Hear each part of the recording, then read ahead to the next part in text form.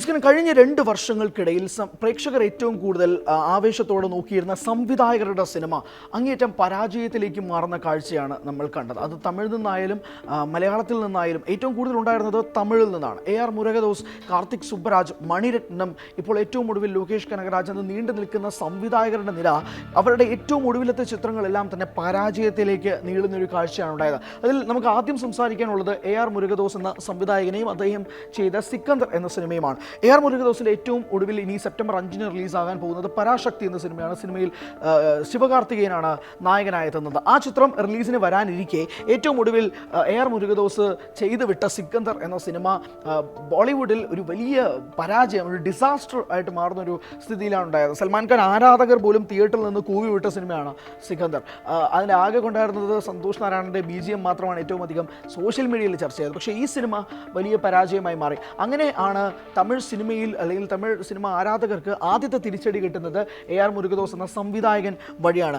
രണ്ടാമത്തെ cinema Indian 2, Shankar എന്ന് പറയുന്ന ബ്രഹ്മാണ്ഡ സംവിധായകൻ ചെയ്തു വിട്ട ഒരു സിനിമ ഇന്ത്യൻ 2. ഇന്ത്യൻ എന്ന ഒരു എവർ ലാസ്റ്റിംഗ് കൾട്ട് ക്ലാസിക്കിൻ്റെ രണ്ടാം ഭാഗം അത് തിയേറ്ററിലേക്ക് കൊണ്ടുവരികയും അത് തിയേറ്ററിൽ അങ്ങേയറ്റം പരാജയമായി മാറുകയും ചെയ്ത ഒരു സിനിമയും കൂടിയായിരുന്നു.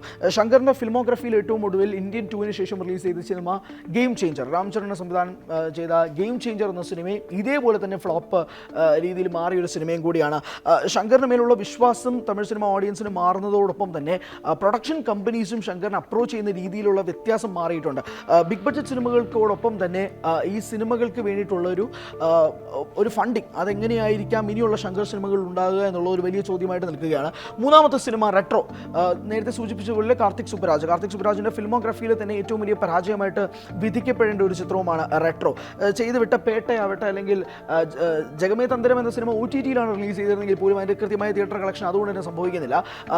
ജഗമേ തന്ത്രത്തിന് മിക്സഡ് ഒപ്പീനിയനാണ്. OTT-യിൽ പ്രത്യേകിച്ച് കോവിഡ് സമയത്താണ് റിലീസ് ചെയ്തിരുന്നത്. OTT-യിലാണ് ആ ചിത്രം റിലീസിനെത്തിയത്. പക്ഷേ കാർത്തിക്കിൻ്റെ ഫിൽമോഗ്രഫിയിൽ പോലും പേട്ടയായാലും ഏറ്റവും ഒടുവിൽ റിലീസായ സിനിമയാണ് റെട്രോ. അതിന് മുന്നേ കാർത്തിക് ചെയ്ത സിനിമകളെല്ലാം തന്നെ പ്രേക്ഷകരുടെ മനസ്സിൽ ഇടം നേടിയ ഒരു സിനിമയാണ്. അതുകൊണ്ട് തന്നെ ആ സിനിമയ്ക്ക് കാർത്തിക് വെച്ചിരുന്ന ഒരു വിശ്വാസ്യത പ്രേക്ഷകർക്കൊട്ടാകെ തന്നെ തിരിഞ്ഞു പോയൊരു സിനിമയാണ് റെട്രോ. സൂര്യയുടെ ഒരു വലിയ ഹിറ്റ് ചിത്രമായിരിക്കും. ബോക്സ് ഓഫീസിൽ സൂര്യയ്ക്ക് വർഷങ്ങൾക്ക് ശേഷം ഒരു ഹിറ്റ് ഉണ്ടാകുമെന്ന് കരുതിയെടുത്തു നിന്നാണ് കാർത്തിക് ഒരു ഫ്ലോപ്പുമായിട്ട് വീണ്ടും സൂര്യയെ സമീപിക്കുന്നത്. സൂര്യയുടെ അതിന് മുന്നത്തെ ചിത്രം കങ്കുവയാണ്. കങ്കുവ തിയേറ്ററിൽ ഉണ്ടാക്കിയ ഡിസാസ്റ്ററിന് എങ്ങനെയെങ്കിലും ഒരു ചെറിയ ഒരു മാറ്റമെങ്കിലും ഉണ്ടാകാൻ കഴിയട്ടെ എന്നുള്ളതായിരുന്നു ഈ ചിത്രത്തിന് മേലുള്ള വിശ്വാസം. പക്ഷേ അതും കാർത്തിക് എന്ന സംവിധായകനിൽ നിന്നും നഷ്ടപ്പെടുകയാണ്. ഈ സിനിമകൾക്കെല്ലാമുള്ള പ്രത്യേകത സംവിധായകരെ നോക്കി പ്രേക്ഷകർ സിനിമയ്ക്ക് പോയി എന്നുള്ളതാണ്. നായകനേക്കാൾ ഉപരി സംവിധായകരെ നോക്കി സിനിമ സെലക്ട് ചെയ്ത് ആ സിനിമകൾ പരാജയപ്പെട്ടു എന്നുള്ളതാണ്. ഏറ്റവും ഒടുവിൽ നമുക്ക് ലിസ്റ്റിൽ സൂചിപ്പിക്കാൻ കഴിയുന്നത് സാക്ഷാൽ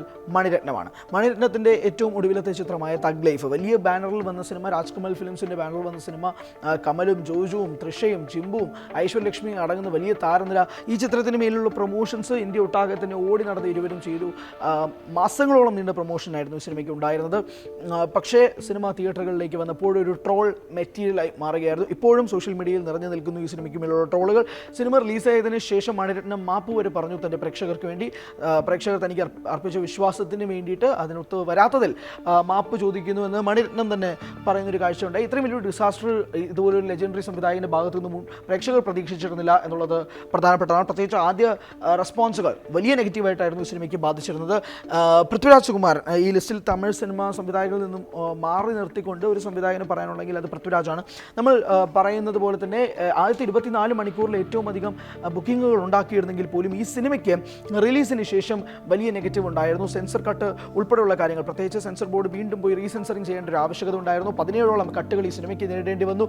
സാമൂഹികപരമായി രാഷ്ട്രീയപരമായും ഈ സിനിമ ഒട്ടാകെ വലിയ ചർച്ചാ വിഷയമായിരുന്നു. മാപ്പ് പറയേണ്ട സ്ഥിതി, ഖേദം പ്രകടിപ്പിച്ചു മോഹൻലാൽ.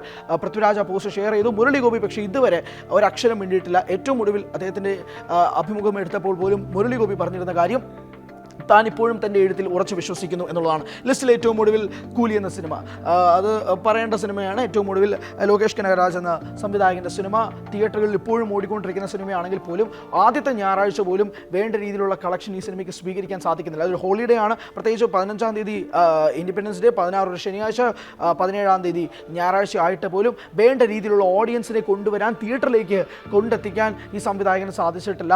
ലോകേഷിൻ്റെ ഫിൽമോഗ്രഫിയിൽ തന്നെ ആദ്യത്തെ ഫ്ലോപ്പായിട്ട് കൂലി ചെയ്യുന്ന സിനിമ ഇതിനോടകം തന്നെ ഡിക്ലെയർ ചെയ്ത് കഴിഞ്ഞിരിക്കുന്നു എന്നുള്ള വാസ്തവം. കളക്ഷൻ ഇനിയും കൂടുമായിരിക്കാം, പക്ഷേ പ്രേക്ഷകരുടെയും ക്രിട്ടിക്സിൻ്റെ അഭിപ്രായ പ്രകാരം ഈ സിനിമയ്ക്ക് ഒരുപാട് ലൂസൻസ്, ഒരുപാട് സംശയങ്ങളൊക്കെ നിലനിൽക്കുന്ന ഒരു സാഹചര്യം കൂടിയുണ്ട്. അങ്ങനെ സംവിധായകരെ വിശ്വസിച്ചുകൊണ്ട് തിയേറ്ററിൽ പോയവർക്കും കൂടി വലിയ തിരിച്ചടി ഉണ്ടാക്കിയ ഒരു വർഷവും കൂടിയാണ് 2025-24 എന്ന് പറയുന്നത്.